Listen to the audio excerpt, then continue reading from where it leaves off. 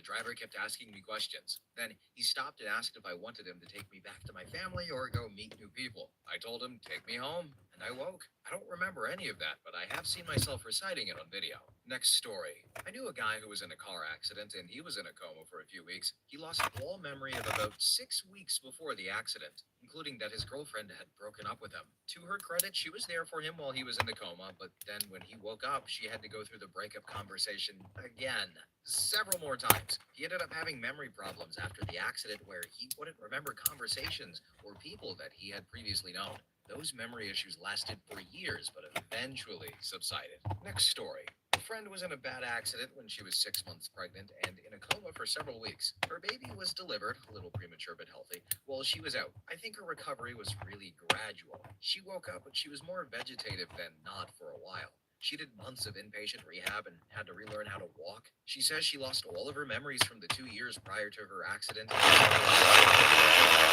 years now, and she's doing a lot better. She can take care of her kid, and she drives and walks and does volunteer work, but doesn't have the same stamina to work long shifts, so she hasn't gone back to work. I guess this is more about TBI than her coma, but she says she doesn't have any memory of that time. Next story. I was in a induced coma for about a month in between surgeries while fighting spinal osteomyelitis. I ended up with a 7-level cervical fusion from C2 to T2. The coma itself felt literally like I blinked and it was a month later. My mom came by every single day to visit me in the ICU. And prayed while I comaed. Hear me?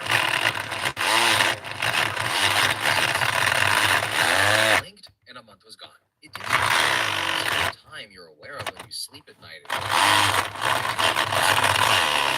Hallucinations I had when they woke me up, which were incredibly ridiculous, ranging from my mom getting into a fight, terrible story, but it was all a hallucination, a fight to a huge inflatable NFL referee. And it wasn't even football season, to thinking the doctors were trying to talk to me through a speaker in my hospital room. I am happy to report that I've made a full recovery, learned how to walk, talk, and eat all from scratch, but now my only lasting sign of this ordeal is a scar and limited ROM for my neck. That's range of motion. But I'm physically active, do yoga, and have overcome the addiction that followed my year in the hospital. And P.S., I did clinically die in the recovery room after the last surgery for a few minutes and had a near-death experience that was completely the opposite of when I was in the coma, but that story is for another day. And P.S.S., this was my first ever post. Next story. I was in a medically induced coma.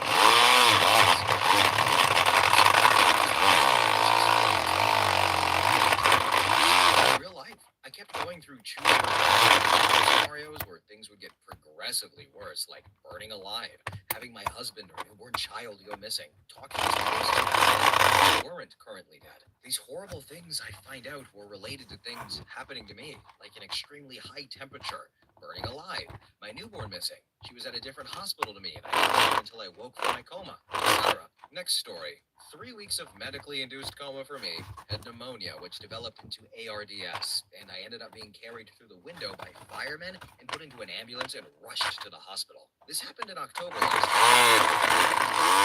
year. July. My girlfriend woke up to me making wheezing noises, and I was unresponsive and stopped breathing. Just ate bad spread to my lungs, etc. Yes, it wasn't enough. I woke up 2 times during the medically induced coma and had an epilepsy seizure because of acute benzodiazepine withdrawal, which I was addicted to. Got put back under, and after 3 I woke up still in benzo